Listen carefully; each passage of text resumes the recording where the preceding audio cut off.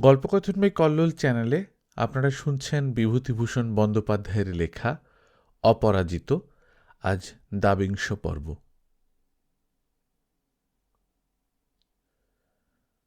চৈত্র মাসের প্রথমে একটা বড় পার্টিতে সে নিমন্ত্রিত হইয়া গেল। খুব বড় গাড়ি বারান্দা, সামনের লনের ছোট ছোট টেবিল ও চেয়ার পাতা, খানিকটা জায়গায় শামিয়ানা টাঙানো। নিমন্ত্রিত পুরুষ মহিলাগণ যাহার যেখানে ইচ্ছা বাড়াইতেছেন। একটা মার্বেলের বড় চৌবাচ্চায় গোটা কত কুমুদ ফুল, ঠিক মাঝখানে একটা মার্বেলের ফোয়ারা। গৃহকর্ত্রী তাহাকে লইয়া গিয়া জায়গাটা দেখাইলেন। সেটা নাকি তাদের লিলি পন্ড। জয়পুর হইতে ফোয়ারাটা তৈয়ারি করে আনিতে কত খরচ পড়িয়াছে তাহাও জানাইলেন। পার্টির সকল আমোদ প্রমোদের মধ্যে একটি মেয়ের কণ্ঠসঙ্গীত সর্বাপেক্ষা আনন্দদায়ক মনে হইল। ব্রিজের টেবিলে সে যোগ দিতে পারিল না, কারণ ব্রিজ খেলা সে জানে না। গান শেষ হইলে খানিকটা বসিয়া বসিয়া খেলাটা দেখিল। চা, কেক, স্যান্ডউইচ, সন্দেশ, রসগোল্লা, গল্প গুজব, আবার গান। ফিরিবার সময় মনটা খুব খুশি ছিল। ভাবিল, এদের পার্টিতে নেমন্তন্ন পেয়ে আসা একটা ভাগ্যের কথা। আমি লিখে নাম করেছি, তাই আমার হলো। যার তার হোক দিকি। কেমন কাটল সন্ধেটা। আহা, খোকাকে আনলে হতো। ঘুমিয়ে পড়বে এই ভয়ে আনতে সাহস হল না। খান দুই কেক খোকার জন্যে চুপি চুপি কাগজে জড়াইয়া পকেটে পুরিয়া রাখিয়াছিল। খুলিয়া দেখিল সেগুলি ঠিক আছে কিনা। খোকা ঘুমাইয়া পড়িয়াছিল। ডাকিয়া উঠাইতে গিয়া বলিল, ও খোকা, খোকা ওঠ, খুব ঘুমোচ্ছিস যে, ওঠ রে। কাজলের ঘুম ভাঙিয়া গেল। যখনই সে বোঝে বাবা আদর করিতেছে, মুখে কেমন ধরনের মধুর দুষ্টামির হাসি হাসিয়া, ঘাড় কাত করিয়া কেমন এক অদ্ভুত ভঙ্গি করিয়া আদরের প্রতীক্ষায় থাকে। আর এত আদর খাইতেও পারে। অপু বলিল, শোন খোকা, গল্প করি, ঘুমোস নে। কাজল হাসি মুখে বলে, বলো দিকি বাবা একটা অর্থ। হাত কনকন মানিকতলা, এ ধন তুমি পেলে কোথা? রাজার ভাণ্ডারে নেই, বেনের দোকানে নেই। অপু মনে মনে ভাবে, খোকা, তুই তুই আমার সেই বাবা। ছেলেবেলায় চলে গিয়েছিলে, তখন তো কিছু বুঝিনি, বুঝতামও না, শিশু ছিলাম। তাই আবার আমার কোলে আদর কাড়াতে এসেছ বুঝি। মুখে বলে, কি জানি, জাতি বুঝি। আহা, জাতি কি আর দোকানে পাওয়া যায়নি? তুমি বাবা কিচ্ছু জানো না। ভালো কথা, কেক এনেছি দেখ, বড় লোকের বাড়ির কেক, ওঠ। বাবা, তোমার নামে একখানা চিঠি এসেছে, ওই বইখানা তোলো তো। আর্টিস্ট বন্ধুটির পত্র। বন্ধু লিখিয়াছে, সমুদ্র পারের বৃহত্তর ভারতবর্ষ শুধু কুলি আমদানির সার্থকতা ঘোষণা করিয়া নীরব থাকিয়া যাইবে? তোমাদের মতো আর্টিস্ট লোকেদের এখানে আসার যে নিতান্ত দরকার। চোখ থাকিয়াও নাই ৯৯ জনের। তাই চক্ষুষ্মান মানুষদের একবার এইসব স্থানে আসিতে বলি। পত্রপাঠ এসো। ফিজিতে মিশনারিরা স্কুল খুলিতেছে, হিন্দি জানা ভারতীয় শিক্ষক চায়। দিন কতক মাস্টারি তো করো, তারপর একটা কিছু ঠিক হইয়া যাইবে। কারণ চিরদিন মাস্টারি করিবার মতো শান্ত ধাত তোমার নয়, তা জানি। আসিতে বিলম্ব করিও না। পত্রপাঠ শেষ করিয়া সে খানিকক্ষণ কি ভাবিল। ছেলেকে বলিল, আচ্ছা খোকা, আমি তোকে ছেড়ে কোথাও যদি চলে যাই, তুই থাকতে পারবি নে? যদি তোকে মামার বাড়ি রেখে যাই? কাজল কাঁদো কাঁদো মুখে বলিল, হ্যাঁ, তাই যাবে বই কি, তুমি ভারী দেরি করো। কাশিতে বলে গেলে ৩ দিন হবে, কদিন পরে এলে? না বাবা। অপু ভাবিল, অবোধ শিশু, এ কি কাশি, এই বহু দূর, দিনের কথা কি এখানে ওঠে? থাক, কোথায় যাইবে সে, কাহার কাছে রাখিয়া যাইবে খোকাকে? অসম্ভব। কাজল ঘুমাইয়া পড়িলে ছাদে উঠিয়া সে অনেকক্ষণ একা বসিয়া রহিল। দূরে বাড়িটার মাথায় সার্কুলার রোডের দিকে ভাঙা চাঁদ উঠিতেছে। রাত্রি 12টার বেশি। নিচে একটা মোটর লরি ঘস ঘস আওয়াজ করিতেছে। এই রকম সময়ে এই রকম ভাঙা চাঁদ উঠিত দূরে জঙ্গলের মাথায় পাহাড়ের একটা জায়গায়, যেখানে উঠের পিঠের মতো ফুলিয়া উঠিয়াই পরে বসিয়া গিয়ে একটা খাঁজের সৃষ্টি করিয়াছে। সেই খাঁজটার কাছে পাহাড়ি ঢালুতে বাদাম গাছের বনে দিন মানে পাকা পাতায় বন শীর্ষ যেখানে রক্তাভ দেখায়। এতক্ষণে বনমোরগেরা ডাকিয়া উঠিত কক কক। সে মনে মনে কল্পনা করিবার চেষ্টা করিল, সার্কুলার রোড নাই, বাড়িঘর নাই, মোটর লরির আওয়াজ নাই, ব্রিজের আড্ডা নাই, লিলি পন্ড নাই।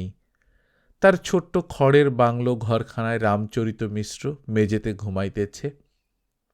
সামনে পিছনে ঘন অরণ্য ভূমি, নির্জন নিস্তব্ধ আধো অন্ধকার রাত্রি। ক্রোশের পর ক্রোশ যাও, শুধু উঁচু নিচু ডাঙা, শুকনা ঘাসের বন, সাজা ও আবলুসের বন, শাল বন, পাহাড়ি চামেলি ও লোহিয়ার বন, বনফুলের অফুরন্ত জঙ্গল। সঙ্গে সঙ্গে মনে আসিল সেই মুক্তি, সেই রহস্য, সেসব অনুভূতি। ঘোড়ার পিঠে মাঠের পর মাঠ উদ্দাম গতিতে ছুটিয়া চলা, সেই দৃঢ় পৌরুষ জীবন, আকাশের সঙ্গে, ছায়াপথের সঙ্গে, নক্ষত্র জগতের সঙ্গে প্রতি সন্ধ্যায় প্রতি রাত্রে যে অপূর্ব মানসিক সম্পর্ক। এই কি জীবনযাপন করিতেছে এখানে? প্রতিদিন একই রকম একঘেয়ে, নীরস, বৈচিত্র্যহীন, আজ যা কালো তা। অর্থহীন কোলাহলে ও সার্থকতাহীন ব্রিজের আড্ডার আবহাওয়ায়, টাকা রোজগারের মৃগতৃষ্ণিকায় লুব্ধ জীবন নদীর স্তব্ধ সহজ সাবলীল ধারা যে দিনে দিনে শুকাইয়া আসিতেছে, এ কি সে বুঝিয়াও বুঝিতেছে না? ঘুমের ঘোরে কাজল বিছানার মাঝখানে আসিয়া পড়িয়াছে। তাহাকে একপাশে সরাইয়া শোয়াইল। একেই তো সুন্দর, তার উপর কি যে সুন্দর দেখাইতেছে খোকাকে ঘুমন্ত অবস্থায়। কাশী হইতে ফিরিবার সপ্তাহখানেকের মধ্যে অপু বিভাবরী ও বঙ্গসুরী দুখানা পত্রিকার তরফ হইতে উপন্যাস লিখিতে অনুরুদ্ধ হইয়াছিল। দুখানাই প্রসিদ্ধ মাসিক পত্র, দুখানারই গ্রাহক সারা বাংলা জুড়িয়া এবং পৃথিবীর যেখানে যেখানে বাঙালি আছে সর্বত্র। বিভাবরী তাহাকে সম্প্রতি আগাম কিছু টাকা দিলে। বঙ্গসুরীদের নিজেদের বড় প্রেস আছে, তাহারা নিজের খরচে অপুর একখানা ছোট গল্পের বই ছাপাইতে রাজি হইল। অপুর বইখানির বিক্রয়ও হঠাৎ বাড়িয়া গেল। আগে যেসব দোকানে তাহাকে পুছিতও না, সেইসব দোকান হইতে বই চাহিয়া পাঠাইতে লাগিল। এই সময় একটি বিখ্যাত পুস্তক প্রকাশক ফার্মের নিকট হইতে একখানা পত্র পাইল। অপু যেন একবার গিয়া দেখা করে। অপু বৈকালের দিকে দোকানে গেল। তাহারা বইখানির দ্বিতীয় সংস্করণ নিজেদের খরচে ছাপাইতে ইচ্ছুক। অপু কি চায়? অপু ভাবিয়া দেখিল, প্রথম সংস্করণ হুহু কাটিতেছে। অপর্ণার গহনা বিক্রয় করিয়া বই ছাপাইয়াছিল, লাভটা তার সবই নিজের। ইহাদের দিলে লাভ কমিয়া যাইবে বটে, কিন্তু দোকানের ছোটাছুটি তাগাদা এইসব হাঙ্গামাও কমিবে।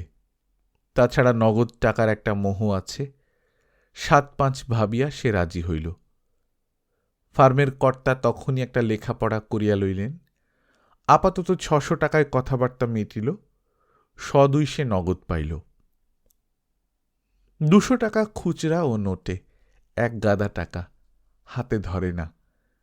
কি করা যায় এত টাকায়?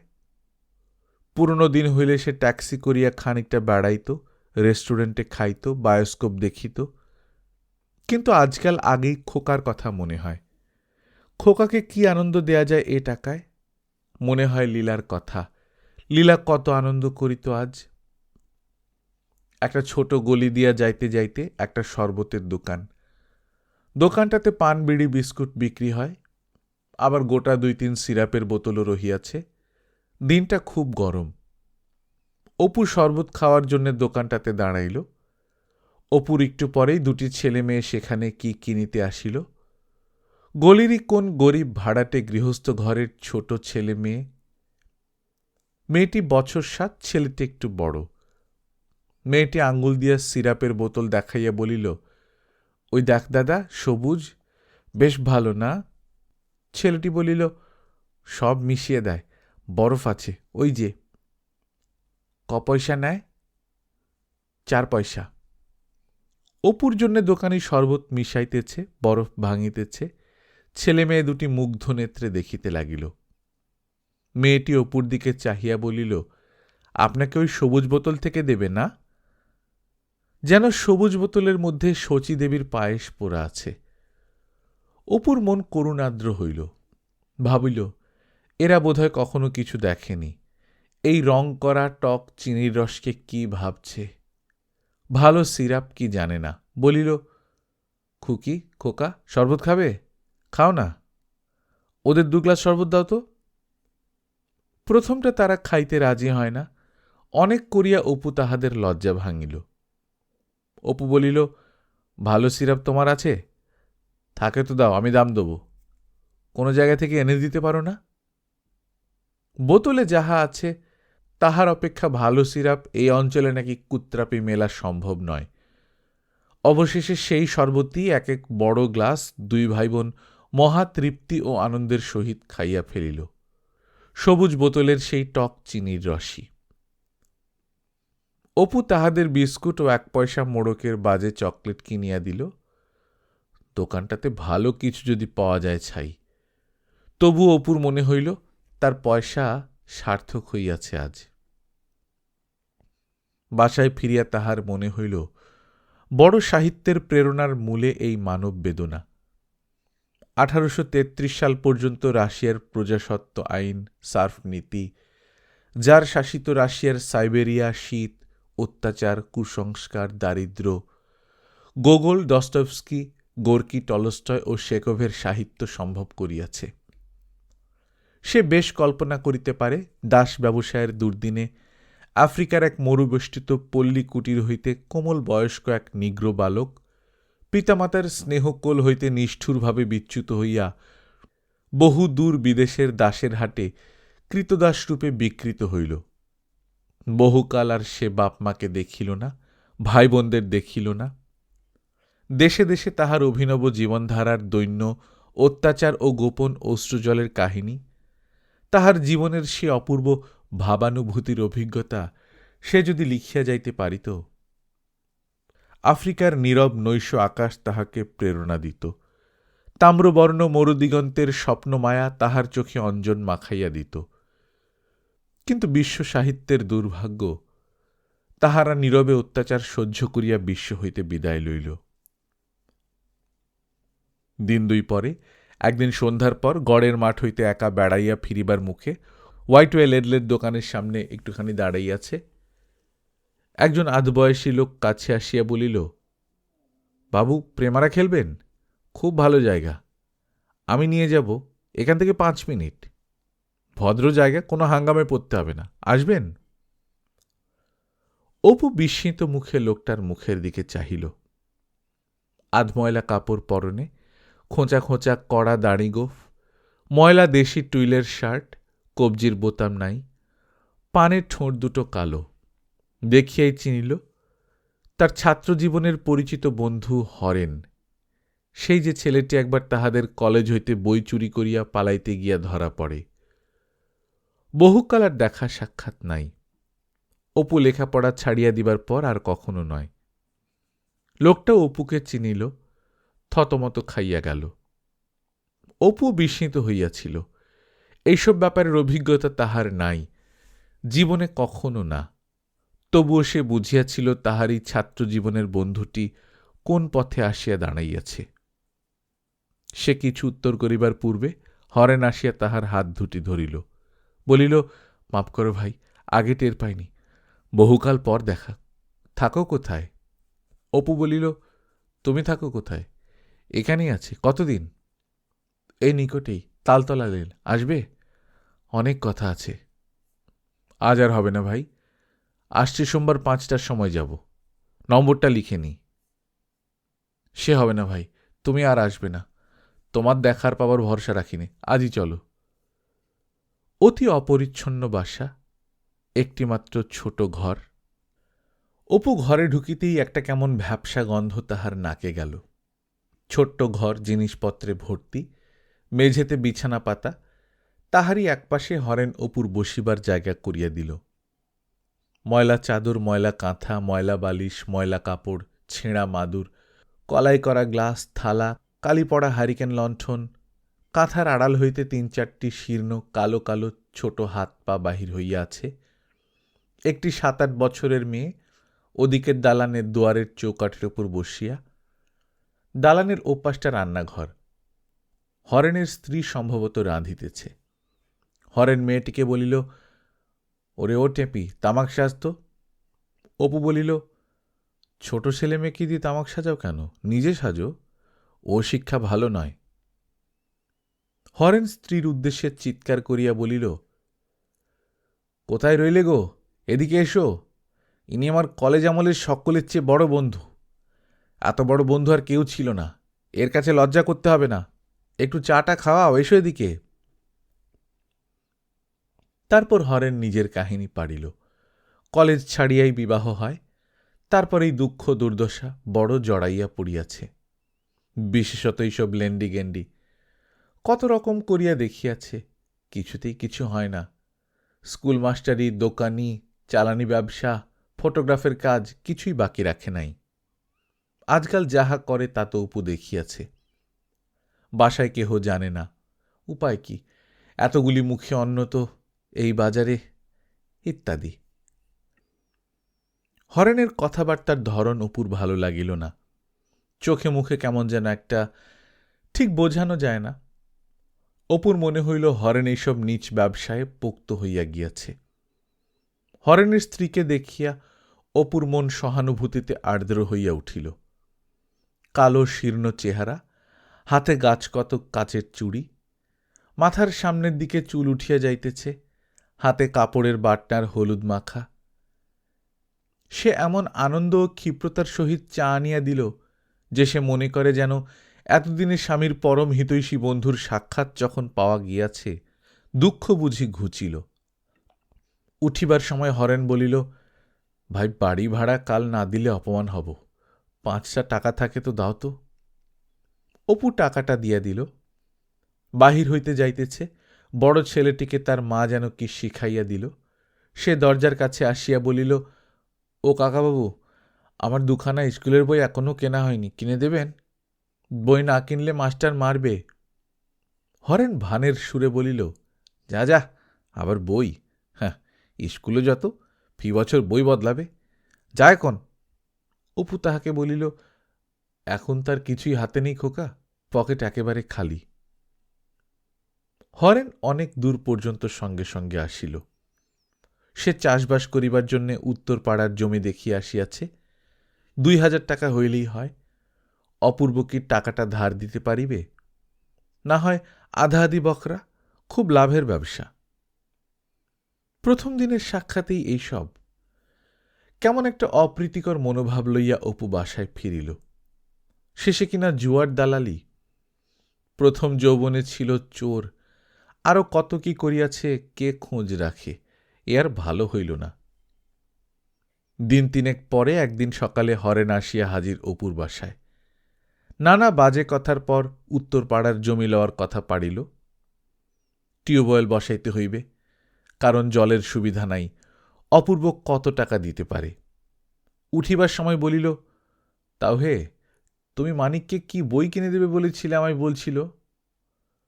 অপু ভাবিয়া দেখিল এরূপ কোনো কথা মানিককে সে বলে নাই। যাহা হোক, না হয় দিয়া দিবে এখন। মানিককে বইয়ের দরুন টাকা হরেনের হাতে দিয়া দিল। তাহার পর হইতে হরেনের যাতায়াত শুরু হইল একটু ঘন ঘন। বাবার সঙ্গে মাঝে মাঝে মানিকও আসিতে লাগিল। কখনো সে আসিয়া বলে তাহারা বায়োস্কোপ দেখিতে যাইবে, টাকা দিন কাকাবাবু। কখনো তাহার জুতা নাই, কখনো ছোট খোকার জামা নাই, কখনো তাহার বড় দিদি ছোট দিদির বায়না। ইহারা আসিলেই ২-৩ টাকার কমে অপুর পার হইবার উপায় নাই। হরেনও নানা ছুতায় টাকা চায়, বাড়ি ভাড়া, স্ত্রীর অসুখ। একদিন কাজলের একটা সেলুলয়েডের ঘর সাজানো জাপানিজ সামুরাই পুতুল খুঁজিয়া পাওয়া গেল না। তার দিন দুই আগে মানিকের সঙ্গে তার ছোট বোন টেপি আসিয়াছিল। অনেকক্ষণ পুতুলটা নাড়াচাড়া করিতেছিল, কাজল দেখিয়াছে। তারপর দিন দুই আর সেটার কোনো খোঁজ নাই। কাজল আজ দেখিল পুতুলটা নাই। ইহার দিন 15 পরে হরেনের বাসায় চায়ের নিমন্ত্রণে গিয়া অপু দেখিল কাজলের জাপানি পুতুলটা একেবারে সামনেই একটা হ্যারিকেন লণ্ঠনের পাশে বসানো। পাছে ইহারা লজ্জায় পড়ে, তাই সেদিকটা পিছু ফিরিয়া বসিল ও যতক্ষণ রহিল।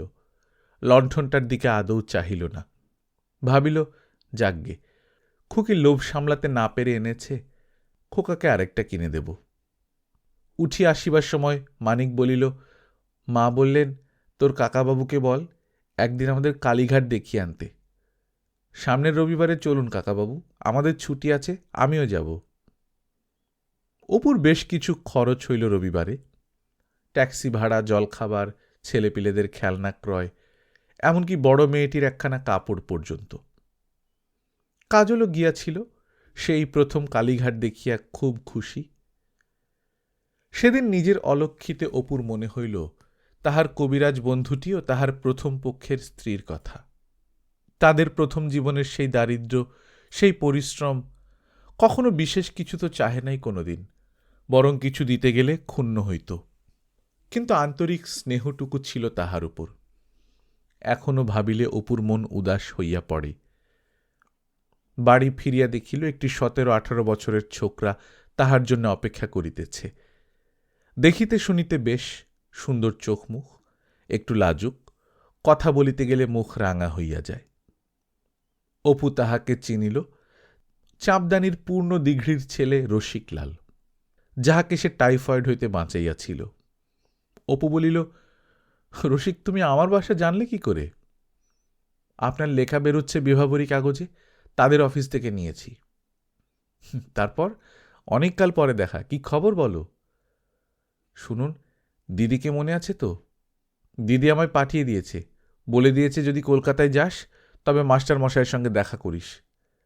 আপনার কথা বড্ড বলে, আপনি একবার আসুন না চাঁপদানিতে। পটেশ্বরী, সে এখনো মনে করে রেখেছে আমার কথা? রসিক সুর নিচু করিয়া বলিল, আপনার কথা এমন দিন নেই। আপনি চলে এসেছেন 8-10 বছর হল।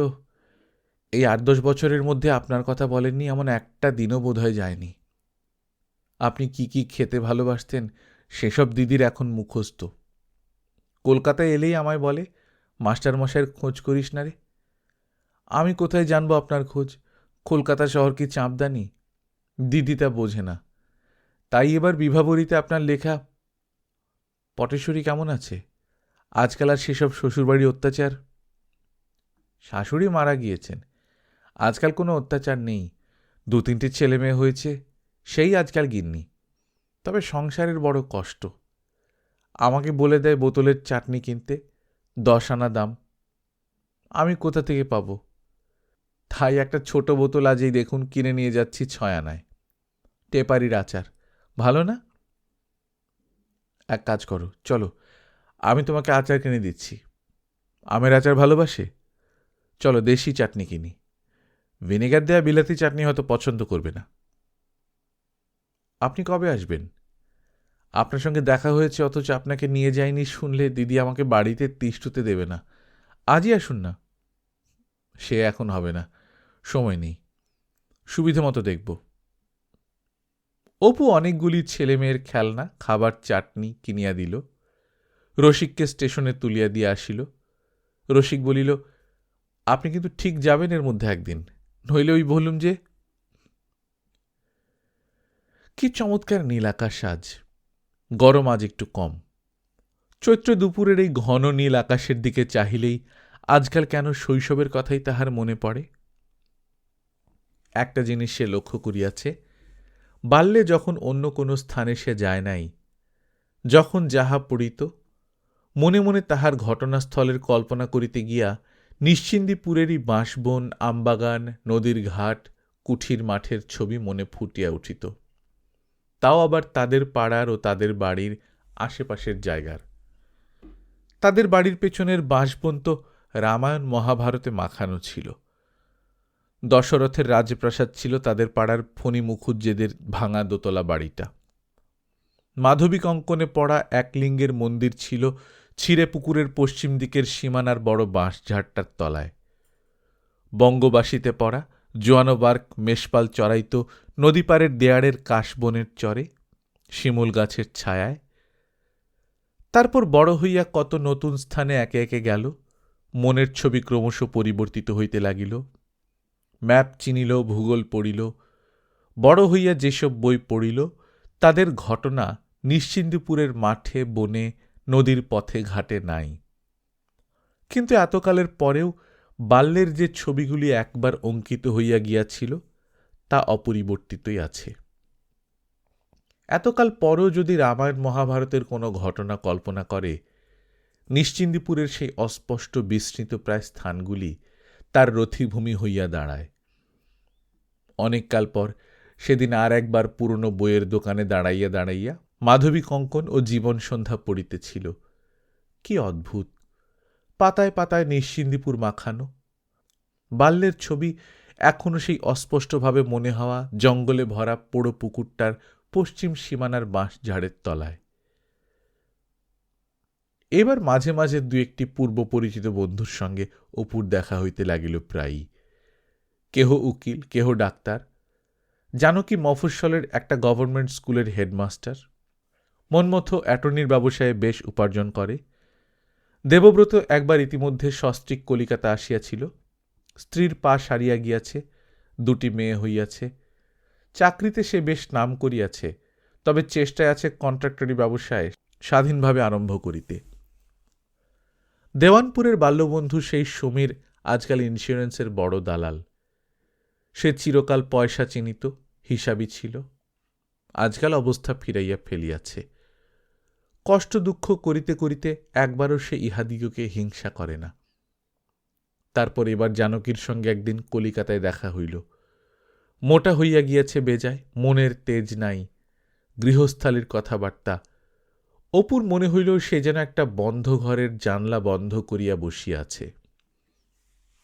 তাহার অ্যাটর্নি বন্ধু মন্মথ একদিন বলিল, ভাই সকাল থেকে ব্রিফ নিয়ে বসি, সারাদিনের মধ্যে আর বিশ্রাম নেই। খেয়ে হাইকোর্ট, 5টায় ফিরে একটা জমিদারি এস্টেটের ম্যানেজারি করি ঘণ্টা 3, তারপর বাড়ি ফিরে আবার কাজ। খবরের কাগজখানা পড়বার সময় পাইনি।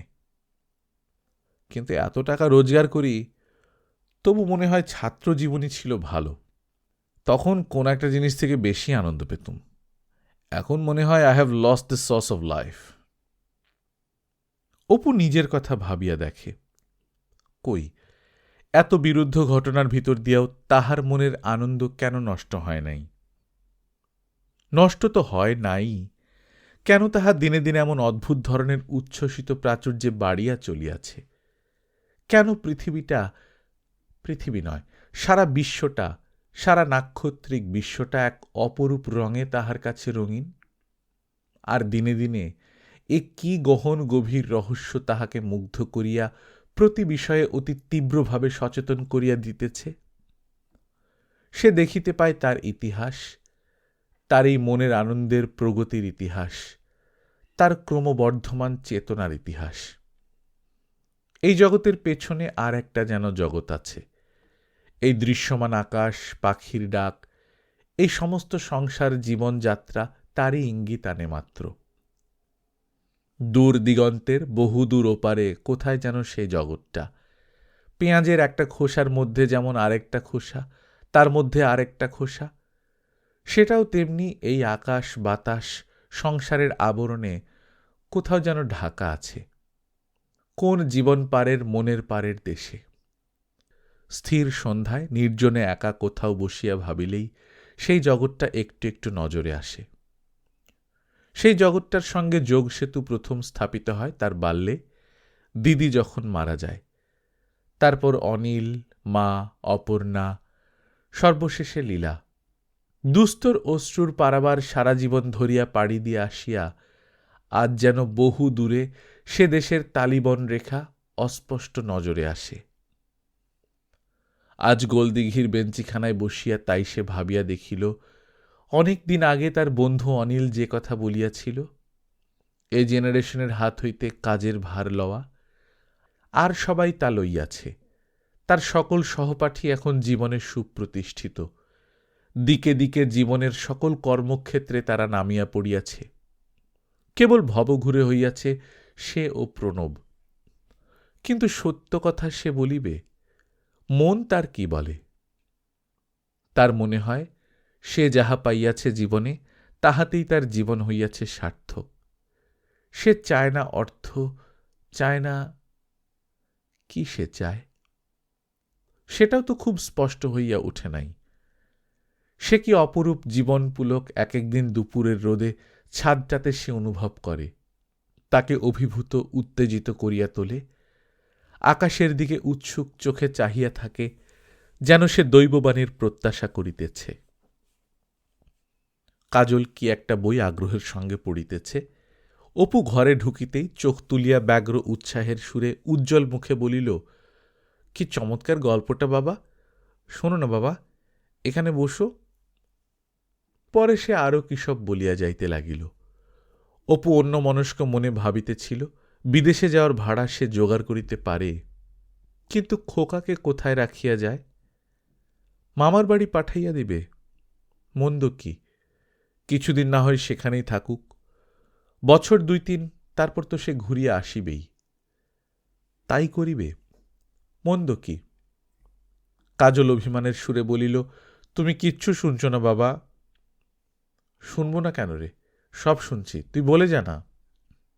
চাই শুনছ, বলো দেখি শ্বেতপুরী কোন বাগানে আগে গেল? অপু বলিল, কোন বাগানে? আচ্ছা একটু আগে থেকে বলতো খোকা, ওটা ভালো মনে নেই। খোকা অত শত ঘোর প্যাঁচ বুঝিতে পারে না। সে আবার গোড়া হইতে গল্প বলা শুরু করিল।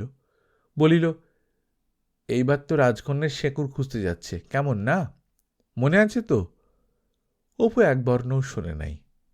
তারপর শোনো বাবা।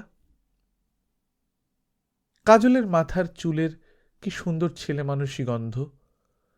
দোলা, চুষিকাটি, ঝিনুক বাটি, মায়ের কোল, এইসব মনে করাইয়া দেয়। নিতান্ত কচি। সত্যি ওর দিকে চাহিয়া দেখিলে আর চোখ ফিরাইতে ইচ্ছা হয় না। কি হাসি, কি চোখ দুটি, মুখ কি সুন্দর। ওইটুকু একরত্তি ছেলে, যেন বাস্তব নয়, যেন এই পৃথিবীর নয়। কোন সময় জোছনা পড়িয়া আসিয়া ওকে যেন উড়াইয়া লইয়া কোন স্বপ্নপারের দেশে লইয়া যাইবে। দিনরাত কি চঞ্চলতা, কি সব অদ্ভুত খেয়াল ও আবদার, অথচ কি অবোধ ও অসহায়। ওকে কি করিয়া প্রতারণা করিয়া যাইবে? ওতে একদণ্ড ছাড়িয়া থাকিতে পারে না।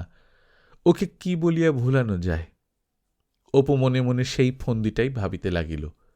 ছেলেকে বলিল, চিনি নিয়ে আয় তো খোকা, একটু হালুয়া করি। কাজল মিনিট 10 মাত্র বাহিরে গিয়াছে, এমন সময় গলির বাহিরে রাস্তায় কিসের একটা গোলমাল অপুর কানে গেল। বাহির হইয়া ঘরের দোরে দাঁড়াইল। গলির ভিতর হইতে লোক দৌড়াইয়া বাহিরের দিকে ছুটিতেছে। একজন বলিল, কে একটা লরি চাপা পড়েছে। অপু দৌড়িয়া গলির মুখে গেল। বেজায় ভিড়, সবাই আগাইতে চায়, সবাই ঠেলাঠেলি করিতেছে। অপুর পা কাঁপিতেছিল, জিভ শুকাইয়া আসিয়াছে।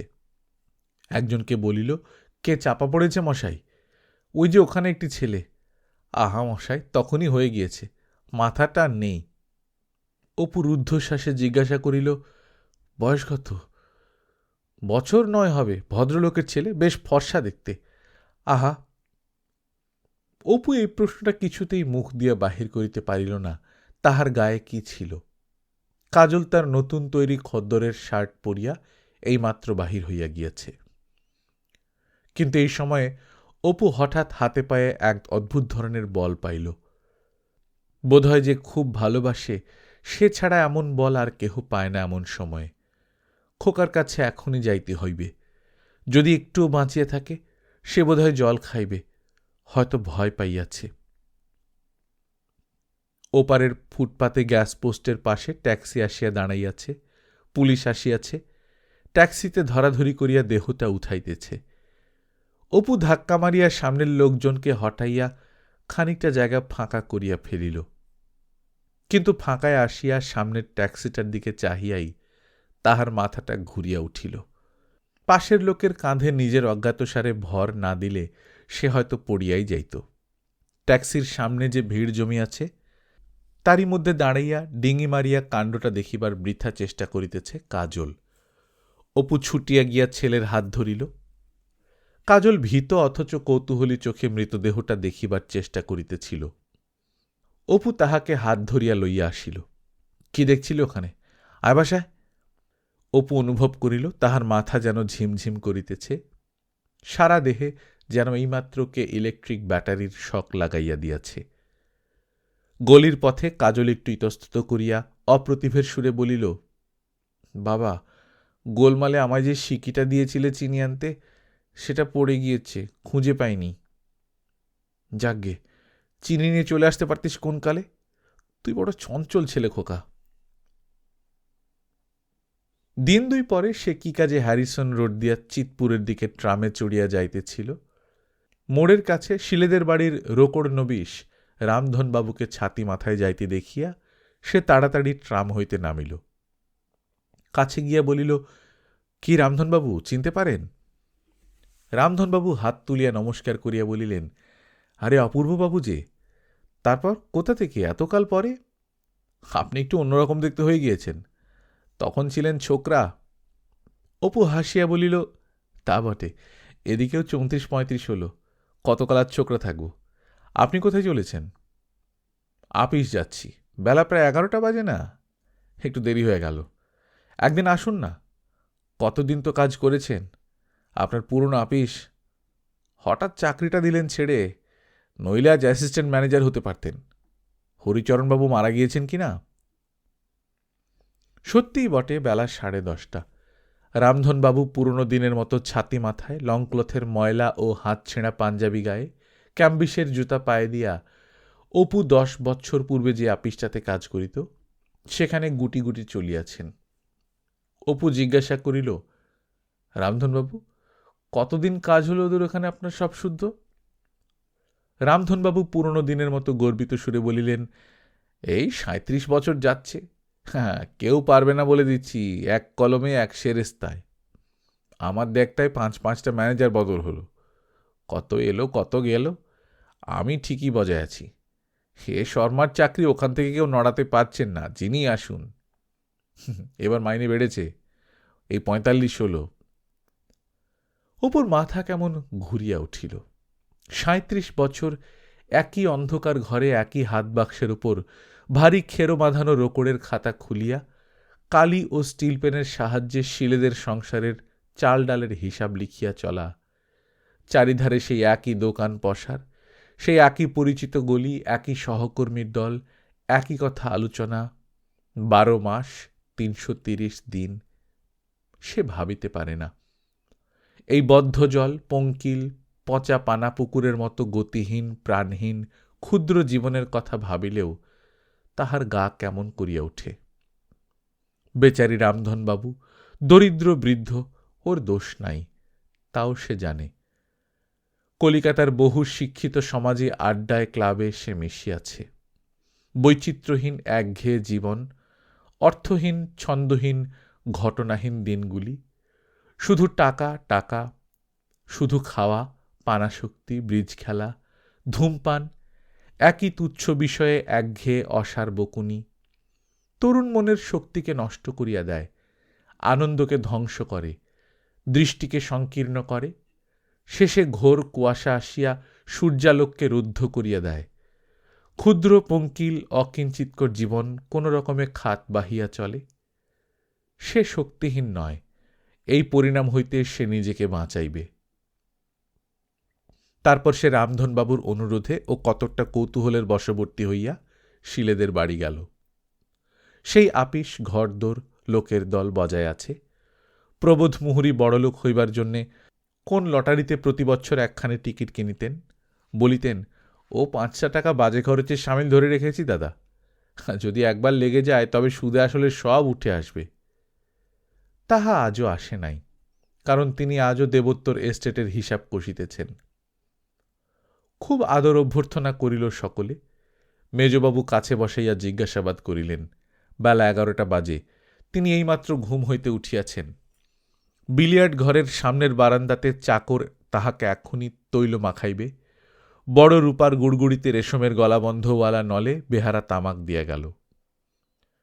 এই বাড়ির একটি ছেলেকে অপু পূর্বে দিন কতক পড়াইয়াছিল। তখন সে ছোট ছিল, বেশ সুন্দর দেখিতে ছিল, ভারী পবিত্র মুখশ্রী, স্বভাবটিও ছিল ভারী মধুর। সে এখন 18-19 বছরের ছেলে। কাছে আসিয়া পায়ের ধুলা লইয়া প্রণাম করিল। অপু দেখিয়া ব্যথিত হইল, সে এই সকালেই অন্তত 10টা পান খাইয়াছে। পান খাইয়া খাইয়া ঠোঁট কালো, হাতে রূপার পানের কৌটা, পান জর্দা। এবার টেস্ট পরীক্ষায় ফেল মারিয়াছে। খানিকক্ষণ কেবল নানা ফিল্মের গল্প করিল। বাস্টার কিটনকে মাস্টারমশাইয়ের কেমন লাগে, চার্লি চ্যাপলিন, নর্মা শিয়ারার। হো, সে অদ্ভুত। ফিরিবার সময় অপুর মনটা বেদনায় পূর্ণ হইয়া গেল। বালক, ওর দোষ কি? এই আবহাওয়ায় খুব বড় প্রতিভাও শুকাইয়া যায়। ও তো অসহায় বালক। রামধনবাবু বলিলেন, চললেন অপূর্ববাবু, নমস্কার, আসবেন মাঝে মাঝে। গলির বাহিরে সেই পচা খড়বিচালি, পচা আপেলের খোলা, শুটকি মাছের গন্ধ। রাত্রিতে অপুর মনে হইল সে একটা বড় অন্যায় করিতেছে, কাজলের প্রতি একটা গুরুতর অবিচার করিতেছে। ওরও তো সেই শৈশব। কাজলের এই অমূল্য শৈশবের দিনগুলিতে সে তাহাকে এই ইট, কংক্রিট, সিমেন্ট ও বার্ড কোম্পানির পেটেন্ট স্টোনে বাঁধানো কারাগারে আবদ্ধ রাখিয়া দিনের পর দিন তাহার কাঁচা, উৎসুক, স্বপ্নপ্রবণ শিশুমন তুচ্ছ বৈচিত্র্যহীন অনুভূতিতে ভরাইয়া তুলিতেছে। তাহার জীবনে বনবনানী নাই, নদী মর্মর নাই, পাখির কলস্বর, মাঠ, জ্যোৎস্না, সঙ্গী সাথীদের সুখ দুঃখ, এইসব কিছুই নাই। অথচ কাজল অতি সুন্দর ভাবপ্রবণ বালক, তাহার পরিচয় সে অনেকবার পাইয়াছে। কাজল দুঃখ জানুক, জানিয়া মানুষ হোক। দুঃখ তাহার শৈশবের গল্পে পড়া সেই সোনা করা জাদুকর। ছেঁড়া খোড়া কাপড়, ঝুলি ঘাড়ে বেড়ায়, এই চাপ দাড়ি, কোণে কাঁদাড়ে ফেরে, কারুর সঙ্গে কথা কয় না, কেউ পৌঁছে না, সকলে পাগল বলে, দূর দূর করে। রাত দিন হাঁপড় জ্বালায়, রাত দিন হাঁপড় জ্বালায়। পেতল থেকে, রাং থেকে, শিশে থেকে ওলুক কিন্তু সোনা করিতে জানে, করিয়াও থাকে। এই দিনটিতে বসিয়া ভাবিতে ভাবিতে সর্বপ্রথম এতকাল পরে একটা চিন্তা মনে উদয় হইল। নিশ্চিন্তপুরে একবারটি ফিরিলে কেমন হয়? সেখানে আর কেউ না থাক, শৈশব সঙ্গিনী রানু দিদি তো আছে। সে যদি বিদেশে চলিয়া যায়, তার আগে খোকাকে তার পিতামহের ভিটাটা দেখাইয়া আনাও তো একটা কর্তব্য। পরদিনই সে কাশীতে লীলাদিকে 25টা টাকা পাঠাইয়া লিখিল, সে খোকাকে লইয়া একবার নিশ্চিন্তপুর যাইতেছে, খোকাকে পিতামহের গ্রামটা দেখাইয়া আনিবে। পত্রপাঠ যেন লীলাদি তার দেওরকে সঙ্গে লইয়া সোজা নিশ্চিন্তপুরে চলিয়া যায়। ট্রেনে উঠিয়াও যেন অপুর বিশ্বাস হইতেছিল না সে সত্যই নিশ্চিন্তপুরের মাটিতে আবার পা দিতে পারিবে। নিশ্চিন্তপুর, সে তো শৈশবের স্বপ্নলোক। সে তো মুছিয়া গিয়াছে, মিলাইয়া গিয়াছে। সে শুধু একটা অনতিস্পষ্ট সুখস্মৃতি মাত্র, কখনো ছিল না, নাইও। মাঝের পাড়ার স্টেশনের ট্রেন আসিল বেলা 1টার সময়। খোকা লাফ দিয়া নামিল, কারণ প্ল্যাটফর্ম খুব নিচু। অনেক পরিবর্তন হইয়াছে স্টেশনটার। প্ল্যাটফর্মের মাঝখানে জাহাজের মাস্তুলের মতো উঁচু যে সিগন্যালটা ছেলেবেলায় তাহাকে তাক লাগাইয়া দিয়াছিল, সেটা আর এখন নাই। স্টেশনের বাহিরে পথের উপর একটা বড় জাম গাছ। অপুর মনে আছে এটা আগে ছিল না। ওই সেই বড় মাদার গাছটা, যেটার তলায় অনেক কাল আগে তাহাদের এদেশ ছাড়িবার দিনটাতে মা খিচুড়ি রাঁধিয়াছিলেন। গাছের তলায় 2খানা মোটর বাস যাত্রীর প্রত্যাশায় দাঁড়াইয়া, অপুরা থাকিতে থাকিতে 2খানা পুরনো ফোর্ড ট্যাক্সিও আসিয়া জুটিল। আজকাল নাকি নবাবগঞ্জ পর্যন্ত বাস ও ট্যাক্সি হইয়াছে, জিজ্ঞাসা করিয়া জানিল। জিনিসটা অপুর কেমন যেন ভালো লাগিল না। কাজল নবীন যুগের মানুষ, সাগ্রহে বলিল, মোটর কাটে করে যাব বাবা। অপুর ছেলেকে জিনিসপত্র সমেত ট্যাক্সিতে উঠাইয়া দিল। বটের ঝুড়ি দোলানো স্নিগ্ধ ছায়াভরা সেই প্রাচীন দিনের পথটা দিয়া সে নিজে মোটরে চড়িয়া যাইতে পারবে না কখনোই। এ দেশের সঙ্গে পেট্রোল গ্যাসের গন্ধ কি খাপ খায়? চৈত্র মাসের শেষ। বাংলায় সত্যিকার বসন্ত এই সময়ই নামে। পথ চলিতে চলিতে পথের ধারের ফুলে ভরা ঘেঁটু বনের সৌন্দর্যে সে মুগ্ধ হইয়া গেল। এই কম্পমান চৈত্র দুপুরের রৌদ্রের সঙ্গে, আকন্দ ফুলের গন্ধের সঙ্গে শৈশব যেন মেশানো আছে। পশ্চিম বাংলার পল্লীতে এই কমনীয় বসন্তের রূপ সে তো ভুলিয়াই গিয়াছিল। এই সেই বেত্রবতী। এমন মধুর স্বপ্নভরা নামটি কোন নদীর আছে পৃথিবীতে? খেয়া পার হইয়া আবার সেই আষাঢ়ুর বাজার, ভিডল ডানলোপ টায়ারের বিজ্ঞাপনওয়ালা পেট্রোলের দোকান নদীর উপরেই। বাজারের চেহারাও অনেক বদল হইয়া গিয়াছে। 23 বছর আগে এত কোঠা বাড়ি ছিল না। আষাঢ়ু হইতে হাঁটিয়ে যাওয়া সহজ, মাত্র 2 মাইল। জিনিসপত্রের জন্য একটা মোটে পাওয়া গেল। মোটর বাস ও ট্যাক্সির দরুন ভাড়াটিয়া গরুর গাড়ি আজকাল নাকি এদেশ হইতে উঠিয়া গিয়াছে। মুটে বলিল, ধনচে পলাশগাছির ওই কাঁচা রাস্তাটা দিয়ে যাবেন তো বাবু? ধনচে পলাশগাছি নামটাই তো কতকাল শুনিনি, এতদিন মনেও ছিল না। কতকাল পরে সে এই অতি সুন্দর নামটা আবার শুনিতেছে। বেলা পড়িয়া আসিয়াছে। এমন সময় পথটা সোনাডাঙ্গা মাঠের মধ্যে ঢুকিয়া পড়িল। পাশেই মধুখালির বিল পদ্মবনে ভরিয়া আছে। এই সেই অপূর্ব সৌন্দর্য ভূমি, সোনাডাঙ্গার স্বপ্ন মাখানো মাঠটা। মনে হইল এত জায়গায় তো বেড়াইল, এমন অপরূপ মাঠ ও বন কই কোথাও তো দেখে নাই। সেই বনঝোপ, ঢিবি, বন, ফুলে ভর্তি বাবলা, বৈকালের একই অপূর্ব রূপ। তারপরই দূর হইতে ঠাকুরঝি পুকুরের সেই ঠ্যাঙাড়ে বটগাছটার উঁচু ঝাঁকড়া মাথাটা নজরে পড়িল, যেন দিক সমুদ্রে ডুবিয়া আছে। ওর পরেই নিশ্চিন্দিপুর। ক্রমে বটগাছটা পেছনে পড়িল। অপুর বুকের রক্ত ছলকাইয়া যেন মাথায় উঠিতে চাহিতেছে। সারা দেহ এক অপূর্ব অনুভূতিতে যেন অবশ হইয়া আসিতেছে। ক্রমে মাঠ শেষ হইল। ঘাটের পথের সেই আমবাগানগুলা সে রুমাল কুড়াইবার ছলে পথের মাটি একটু তুলিয়া মাথায় ঠেকাইল। ছেলেকে বলিল, এই হলো তোমার ঠাকুরদাদার গাঁ। খোকা, ঠাকুরদাদার নামটা মনে আছে তো? বলো তো বাবা কি? কাজল হাসিয়া বলিল, শ্রী হরিহর রায়। আহা, তা কি আর মনে আছে? অপু বলিল, শ্রী নয় বাবা, ঈশ্বর বলতে হয়। শিখিয়ে দিলাম যে সেদিন। রানু দিদির সঙ্গে দেখা হইল পরদিন বৈকালে। সাক্ষাতের পূর্ব ইতিহাসটা কৌতুকপূর্ণ। কথাটা রানীর মুখেই শুনিল। রানী অপু আসিবার কথা শুনে নাই। নদীর ঘাট হইতে বৈকালে ফিরিতেছে। বাঁশ বনের পথে কাজল দাঁড়াইয়া আছে। সে একা গ্রামে বেড়াইতে বাহির হইয়াছে। রানী প্রথমটা থতমত খাইয়া গেল। অনেককাল আগেকার একটা ছবি অস্পষ্ট মনে পড়িল। ছেলেবেলার ওই ঘাটের ধারের জঙ্গলে ভরা ভিটেটাতে হরিকাকারা বাস করিত। কোথায় যেন তাহারা উঠিয়া গিয়াছিল তারপরে। তাদের বাড়ি সেই অপু না? ছেলেবেলার সেই অপু? পরক্ষণেই সামলাইয়া লইয়া সে কাছে গিয়া ছেলেটির মুখের দিকে চাহিল। অপুও বটে, নাও বটে। যে বয়সে সে গ্রাম ছাড়িয়া চলিয়া গিয়াছিল, তার সে সময়ের চেহারাখানা রানীর মনে আঁকা আছে, কখনো ভুলিবে না। সেই বয়স, সেই চেহারা অবিকল। রানী বলিল, তুমি কাদের বাড়ি এসেছ খোকা? কাজল বলিল, গাঙ্গুলিদের বাড়ি। রানী ভাবিল, গাঙ্গুলিরা বড় লোক, কলিকাতা হইতে কেহ কুটুম্ব আসিয়া থাকিবে, তাদেরই ছেলে। কিন্তু মানুষের মতো মানুষ হয়? বুকের ভেতরটা ছাঁত করিয়া উঠিয়াছিল একেবারে।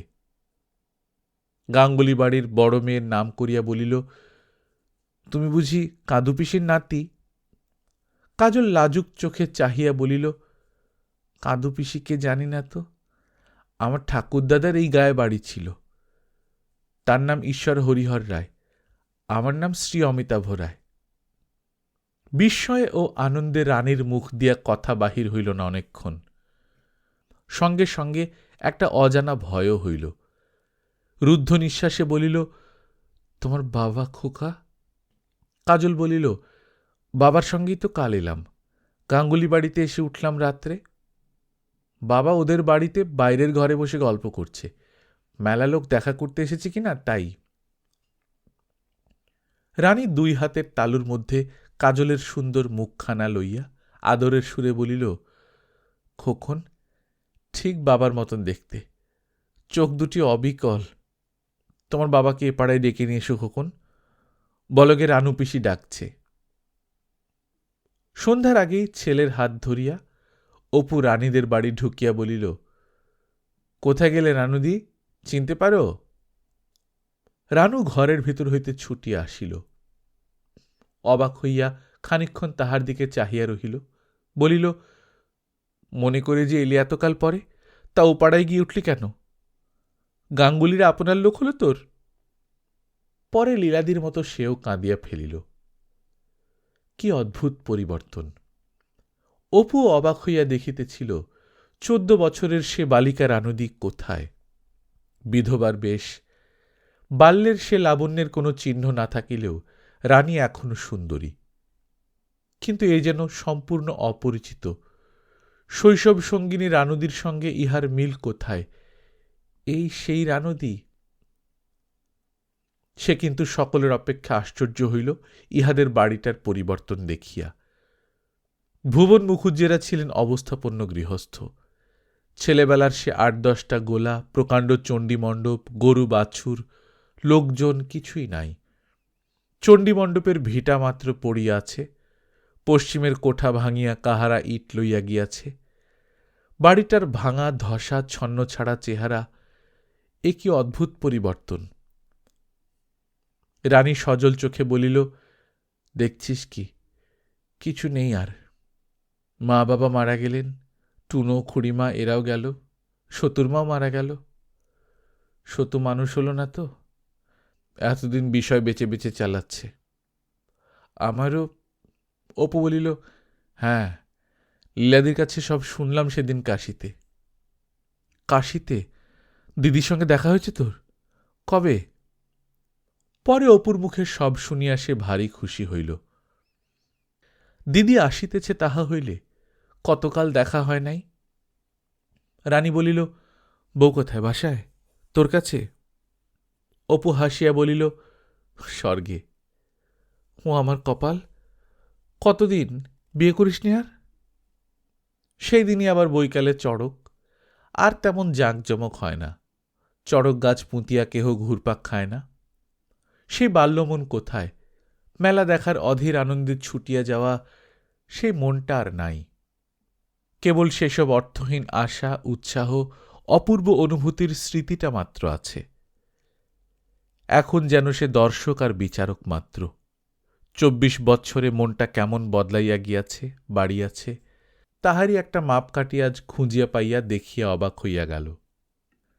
চড়কতলায় পুরোনো আমলের কত পরিচিত বন্ধু নাই। নিবারণ গোয়ালা লাঠি খেলিত, ক্ষেত্র কাপালি বহুরূপীর সাজ দিত, হারান মাল বাঁশের বাঁশি বাজাইয়া বিক্রয় করিত। ইহারা কেহ আর নাই। কেবল পুরাতনের সঙ্গে একটা যোগ এখনো আছে। চিনিবাস বৈরাগী এখনো তেলে ভাজা খাবারের দোকান করে। আজ 24 বছর আগে এই চড়কের মেলার পরদিনই তারা গ্রাম ছাড়িয়া চলিয়া গিয়াছিল। তারপর কত ঘটনা, কত দুঃখ বিপদ, কত নতুন বন্ধুবান্ধব, সব গোটা জীবনটাই। কিন্তু কেমন করিয়া এই পরিবর্তনের মধ্য দিয়াও সেই দিনটির অনুভূতিগুলির স্মৃতি এত সজীব, টাটকা, তাজা অবস্থায় আজ আবার ফিরিয়া আসিল। সন্ধ্যা হইয়া গিয়াছে। চড়কের মেলা দেখিয়া হাসি মুখে ছেলে মেয়েরা ফিরিয়া যাইতেছে। কারো হাতে বাঁশের বাঁশি, কারো হাতে মাটির রং করা ছোবা পালকি। একদল গেল গাঙ্গুলি পাড়ার দিকে, একদল সোনাডাঙ্গার মাঠের মাটির পথ বাহিয়া ছাতিমবনের তলায় ধুলজুড়ি মাধবপুরের খেয়া ঘাটে। 24 বছর আগে যাহারা ছিল ছোট, এইরকম মেলা দেখিয়া ভেপু বাজাইতে বাজাইতে তেলে ভাজা জিবে গজা হাতে ফিরিয়া গিয়াছিল, তাহারা অনেকদিন বড় হইয়া নিজ নিজ কর্মক্ষেত্রে ঢুকিয়া পড়িয়াছে। কেউ বা মারা গিয়াছে। আজ তাদের ছেলে মেয়েদের দল ঠিক আবার তাহাই করিতেছে। মনে মনে আজিকার এই নিষ্পাপ দায়িত্বহীন জীবন কোরকগুলিকে সে আশীর্বাদ করিল। বৈশাখের প্রথমেই লীলা তার দেওরের সঙ্গে নিশ্চিন্তপুরে আসিল। দুই বোনে অনেক দিন পরে দেখা, দুইজনে গলা জড়াইয়া কাঁদিতে বসিল।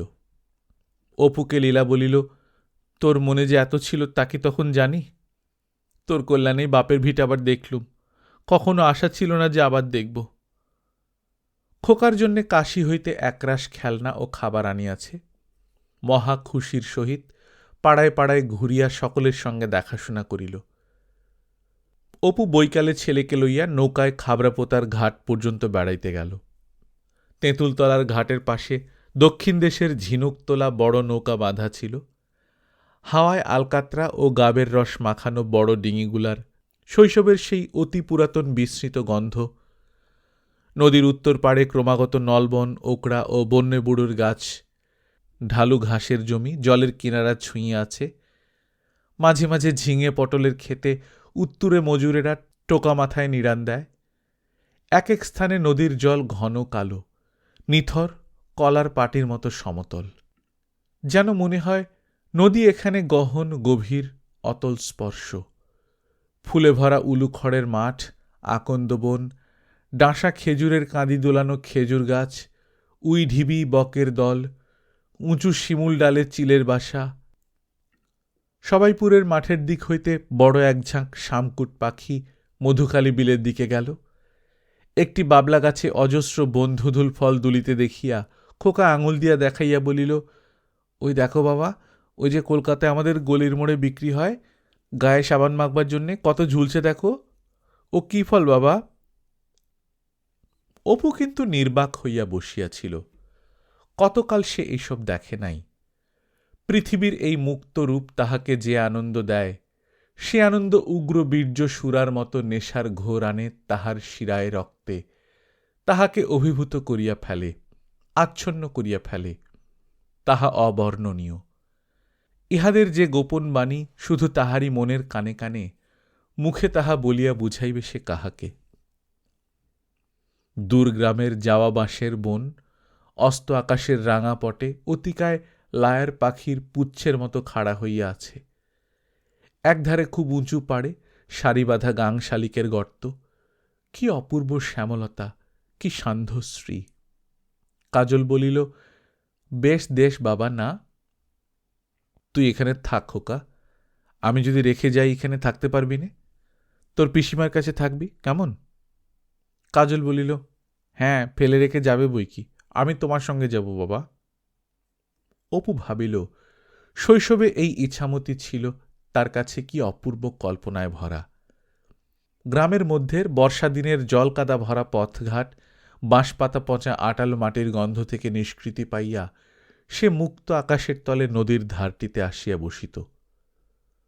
কত বড় নৌকা ওর ওপর দিয়া দূর দূর দেশে চলিয়া যাইত। কোথায় ঝালকাঠি, কোথায় বরিশাল, কোথায় রায়মঙ্গল। অজানা দেশের অজানা কল্পনায় মুগ্ধ মনে কতদিন সে না ভাবিয়াছে সেও একদিন ঐরকম নেপাল মাঝির বড় ডিঙিটা করিয়া নিরুদ্দেশ বাণিজ্য যাত্রায় বাহির হইয়া যাইবে। ইছামতি ছিল পাড়াগাঁয়ের গরিব ঘরের মা।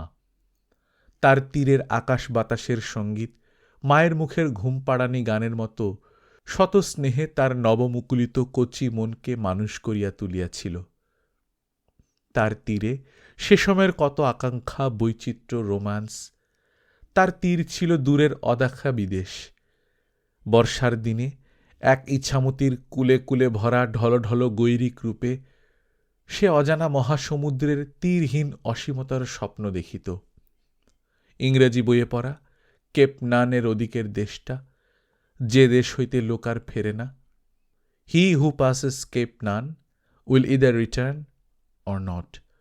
মুগ্ধ চোখে কুল ছাপানো ইছামতি দেখিয়া তখন সে ভাবিত, ওহ, কত বড় আমাদের এই গাংটা। এখন সে আর বালক নাই। কত বড় বড় নদীর দুকুল ছাপানো লীলা দেখিয়াছে। গঙ্গা, সোন, বরদল, নর্মদা, তাদের অপূর্ব সন্ধ্যা, অপূর্ব বর্ণসম্ভার দেখিয়াছে। সে বৈচিত্র্য, সে প্রখরতা ইছামতির নাই। এখন তার চোখে ইছামতি ছোট নদী, এখন সে বুঝিয়াছে, তার গরিব ঘরের মা উৎসব দিনের যে বেশভূষায় তার শৈশব কল্পনাকে মুগ্ধ করিয়া দিত, এসব বনেদি বড় ঘরের মেয়েদের হীরামুক্তার ঘটা, বারাণসী শাড়ির রংঢঙের কাছে তার মায়ের সেই কাঁচের চুড়ি শাঁখা কিছুই নয়। কিন্তু তা বলিয়া ইছামতিকে সে কি কখনো ভুলিবে? দুপুরে সে ঘরে থাকিতে পারে না। এই চৈত্র দুপুরের রোদের উষ্ণ নিঃশ্বাস কত পরিচিত গন্ধ বহিয়া আনে। শুকনো বাঁশের খোলার, ফুটন্ত ঘেঁটু বনের, ঝরা পাতার, সোঁদা সোঁদা রোদ পোড়া মাটির, নিম ফুলের, আরও কত কি কত কি। বাল্যে এইসব দুপুর তাকে ও তাহার দিদিকে পাগল করিয়া দিয়া টোঁটো করিয়া শুধু মাঠে, বাগানে, বাঁশতলায়, নদীর ধারে ঘুরাইয়া লইয়া বেড়াইত। আজও সেই রকমই পাগল করিয়া দিল। গ্রামশুদ্ধ সবাই দুপুরে ঘুমায়, সে একা একা বাহির হয়। উদ্ভ্রান্তের মতো মাঠের ঘেঁটু ফুলে ভরা উঁচু ডাঙায় পথে পথে নিঝুম দুপুরে বেড়াইয়া ফেরে। কিন্তু তবু মনে হয়, বাল্যের স্মৃতিতে যতটা আনন্দ পাইতেছে, বর্তমানের আসল আনন্দ সে ধরনের নয়। আনন্দ আছে, কিন্তু তাহার প্রকৃতি বদলাইয়া গিয়াছে। তখনকার দিনে দেবদেবীরা নিশ্চিন্দিপুরের বাঁশবনের ছায়ায় এই সব দুপুরে নামিয়া আসিতেন। এক একদিন সে নদীর ধারের সুগন্ধ তৃণভূমিতে চুপ করিয়া হাতে মাথা রাখিয়া শুইয়া থাকে ঘণ্টার পর ঘণ্টা, কিছুই করে না। রৌদ্রভরা নীল আকাশটার দিকে চাহিয়া শুধু চুপ করিয়া থাকে, কিছু ভাবেও না। সবুজ ঘাসের মধ্যে মুখ ডুবাইয়া মনে মনে বলে, ওগো মাতৃভূমি, তুমি ছেলেবেলায় যে অমৃত দানে মানুষ করেছিলে, সেই অমৃত হল আমার জীবন পথের পাথেয়। তোমার বনের ছায়ায় আমার সকল স্বপ্ন জন্ম নিয়েছিল একদিন। তুমি আবার শক্তি দাও হে শক্তিরূপিণী। দুঃখ হয় কলিকাতার ছাত্রটির জন্যে। এদের বাপের বাড়ি বউবাজারে, মামার বাড়ি পটুয়াটোলায়, পিসির বাড়ি বাগবাজারে। বাংলাদেশকে দেখিল না কখনো। এরা কি মাধবপুর গ্রামের উলু খড়ের মাঠের ওপারের আকাশের রং ধরা দেখিল? স্তব্ধ শরৎ দুপুরের ঘন বনানীর মধ্যে ঘুঘুর ডাক শুনিয়াছে? বন অপরাজিতা ফুলের নীরব মহোৎসব এদের শিশু আত্মায় তার আনন্দের স্পর্শ দিয়াছে কোনো কালে? ছোট মাটির ঘরের দাওয়ায় আসন পিঁড়ি হইয়া নারকেল পত্র শাখায় জ্যোৎস্নার কাপন দেখে নাই কখনো। এরা অতি হতভাগ্য।